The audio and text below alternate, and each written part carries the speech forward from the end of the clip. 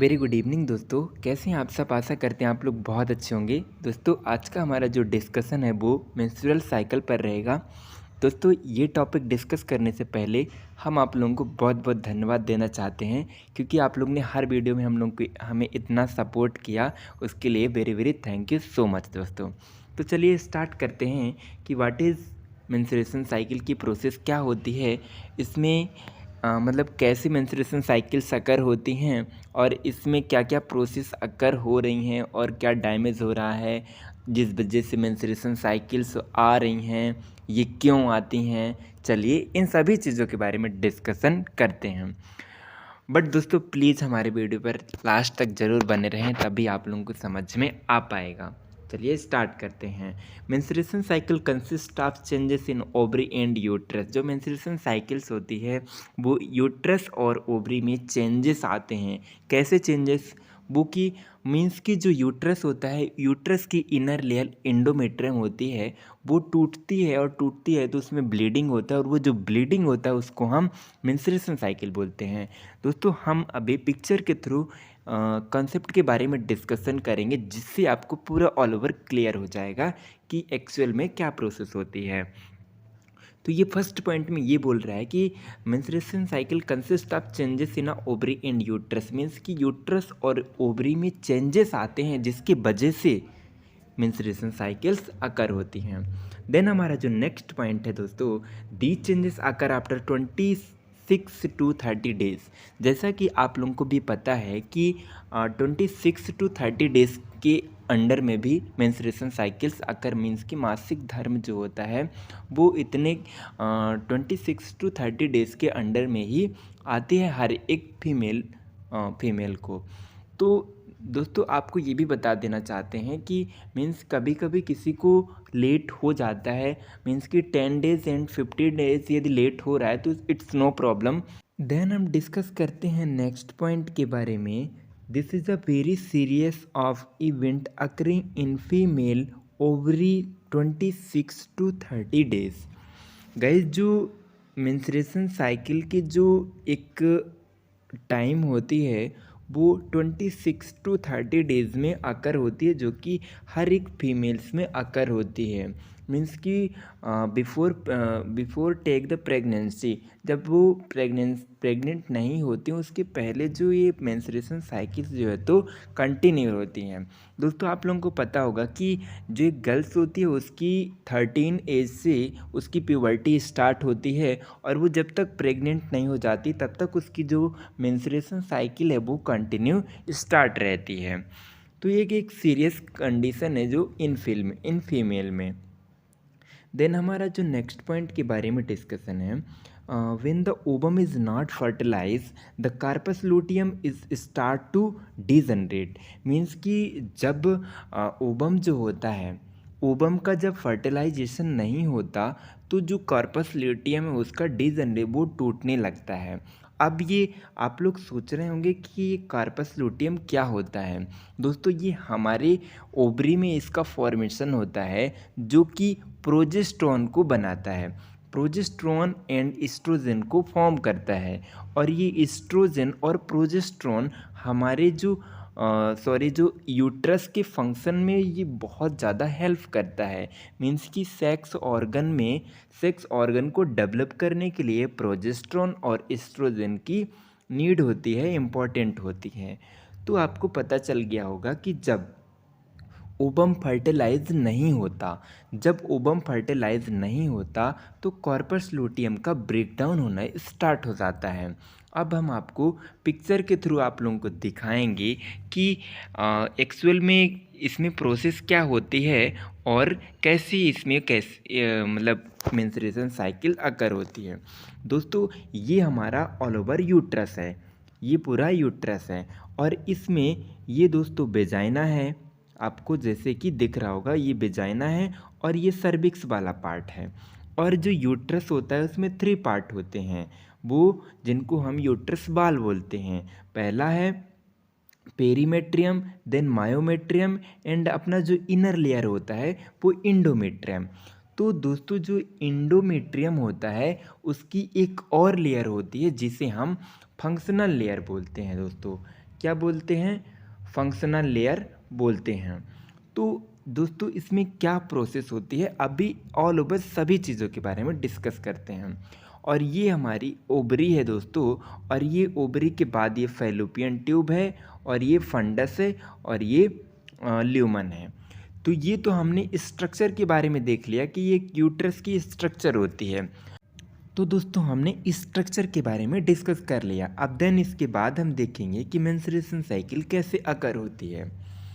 तो सबसे पहले दोस्तों क्या होता है कि ये जो ओवरी होती हैं, इनका फंक्शन ये होता है कि ये ओबम जनरेट करती हैं, मीन्स कि ओबम को बनाती हैं। ओवरी का फंक्शन ये होता है कि ये ओबम बनाती हैं, जो कि हर मंथ एक मंथ ये एक्टिव होके ओबम बनाती है और एक मंथ ये एक्टिव होके ओबम बनाती हैं। देन ये ओवरी दोस्तों ओबम बना के रिलीज कर देती है फैलोपियन ट्यूब में। इतना आपको क्लियर हो गया होगा कि ये जो ओवरी होती है वो ओबम बना के और ये रिलीज कर देती है फैलोपियन ट्यूब में। अब क्या होता है दोस्तों, यदि जब ओबम रिलीज हो गया और इसी ड्यूरेशन में ये फीमेल इंटरकोर्स करती है, मीन्स कि जब इंटरकोर्स करेगी तो जो मेल का स्पर्म होता है, मेल का स्पर्म होगा वो वेजाइना के थ्रू ये सर्विक्स तक आएगा, और सर्विक्स तक आने के बाद दोस्तों ये जो स्पर्म है, स्पर्म में जो स्पर्म की जो मोटिलिटी होती है उसमें कुछ स्पर्म ऐसे होते हैं जो ट्रैवल करके वो चले जाएंगे कहाँ दोस्तों, कुछ स्पर्म का जो स्पर्म है वो इस साइड चला जाएगा लेफ्ट साइड, और कुछ स्पर्म जो हो वो राइट साइड चला जाएगा। अब क्या होगा कि इस साइड जो स्पर्म जाएंगे वो, क्योंकि इधर एग नहीं है तो वो ऑलरेडी डैमेज हो जाएंगे, स्पर्म डेथ हो जाएगी उनकी। देन कुछ जो स्पर्म इधर जाएंगे तो ये किससे मिलेंगे, ओबम से मिलेंगे। तो जब स्पर्म और दोस्तों जब स्पर्म और ओबम मिलते हैं तब जाइगोट बनता है, और जब ये एक दूसरे से कनेक्ट होते हैं तो इस प्रोसेस को बोलते हैं ओव्यूलेशन। मीन्स कि ये जब एक दूसरे से मिलकर जाइगोट का फॉर्म करते हैं उस प्रोसेस को हम बोलते हैं ओव्यूलेशन। तो आशा करते हैं कि आपको ओव्यूलेशन समझ में आया होगा दोस्तों। और ये जो जाइगोट है दोस्तों, वो जाइगोट ट्रैवल करके यूट्रस में आ जाएगा, और यहीं पे यूट्रस में बेबी का फॉर्मेशन होगा। तो ये तो रहा दोस्तों ओवुलेशन की ये एक प्रोसेस होती है, इसी को हम ओवुलेशन बोलते हैं। और जो हमारे बॉडी के लार्जेस्ट सेल होते हैं दोस्तों वो जाइगोट होती है। तो आई थिंक आपको क्लियर होगा कि ये जो प्रोसेस है कैसी स्टार्ट हो रही है। मीन्स कि ओवरी जब एग रिलीज़ कर दी, एग रिलीज़ करने के बाद जब यहाँ पे स्पर्म इंटरकोर्स के बाद सर्विस तक स्पर्म आया, और स्पर्म आने के बाद ये स्पर्म ट्रैवल करके इससे कनेक्ट हुआ, और कनेक्ट होने के बाद ये ओवुलेशन यदि हो जाता है तो मेंस्ट्रुएशन साइकिल नहीं आती। यदि ओवुलेशन हो जाता है तो मेंस्ट्रुएशन साइकिल नहीं आती दोस्तों, क्योंकि यहाँ पे फीटस का फॉर्म होता है, यहाँ पे बेबी का ग्रोथ होने लगता है। और यदि फर्टिलाइजेशन नहीं हुआ, मीन्स कि ओवुलेशन नहीं हुआ, यदि मान लीजिए यहाँ तक एग रिलीज़ हुआ, यहाँ से एग रिलीज़ हुआ, और एग रिलीज़ होने के बाद क्योंकि स्पर्म के कांटेक्ट में एग नहीं आया तो ओवुलेशन नहीं होता। और जब ओवुलेशन नहीं होता तो क्या होता है दोस्तों, ओवुलेशन नहीं होता तो एग यहाँ से अपन आया और यूट्राइन सॉरी दोस्तों, यहाँ से यूट्रस में आया, और यूट्रस के थ्रू इसकी 28 डेज कंप्लीट होते ही ये ब्लीडिंग, मीन्स कि वेजाइनल ब्लड के थ्रू, मीन्स कि यहाँ से जो ऑल ओवर बेस्ट प्रोडक्ट होगा, जितने भी बेस्ट ब्लड होगा, वो इसमें जो इंडोमेट्रियम की जो इनर लेयर होती है वो फंक्शनल लेयर वो धीरे धीरे सैड होने लगती है। मीन्स कि टूटने लगती है और टूटने के साथ साथ उसके जो ग्लैंड है, जो सिक्रेशन है, वो सारी जो बेस्ट प्रोडक्ट है वो ब्लड, वेजाइनल ब्लड के थ्रू वो बाहर आ जाएंगे। तो दोस्तों आई थिंक आपको क्लियर हो गया होगा। अब कुछ पॉइंट इसके इम्पोर्टेंट हैं जो कि पढ़ेंगे तो और भी इजीली समझ में आ जाएगा। When the ovum is not fertilized, the corpus luteum start to degenerate। जैसे हम लोग अभी डिस्कस किए कि जब ओबम फर्टिलाइज नहीं होता तो कॉर्पस ल्यूटियम टूटना स्टार्ट हो जाती है और ब्लीडिंग जो है तो मेंस्ट्रुएशन साइकिल आती है। देन अब देखिए नेक्स्ट पॉइंट क्या बोल रहा है कि प्रोजेस्टेरोन और and oestrogen level there fall the functional layer of endometrium which is depended on high level of ovarian hormones is shed in menstruation। तो दोस्तों इसमें ये होता है कि जो इंडोमेट्रियम लेयर होती है तो वो इंडोमेट्रियम लेयर प्रोजेस्टेरोन और एस्ट्रोजन को बनाती है और ये दोनों हेल्प करते हैं यूट्रस की सेल्स टिश्यू के ग्रोथ एंड डेवलपमेंट में। तो ये दोनों हार्मोन्स हेल्प करते हैं और ये ड्यूरिंग मेंस्ट्रुएशन साइकिल, जब मेंस्ट्रुएशन साइकिल चल रही होती है तब ये हार्मोन्स डिक्रीज हो जाते हैं। क्यों? क्योंकि जो इंडोमेट्रियम लेयर है, जो इनको बनाने वाली लेयर है, वो डैमेज हो जाती है, इसलिए इनका जो लेवल है वो डिक्रीज हो रहा है और फंक्शनल लेयर ऑफ इंडोमेट्रियम, जो इंडोमेट्रियम की फंक्शनल लेयर है वो डैमेज होने लगती है। Which is depend on high level of ovarian hormones is shed in menstruation।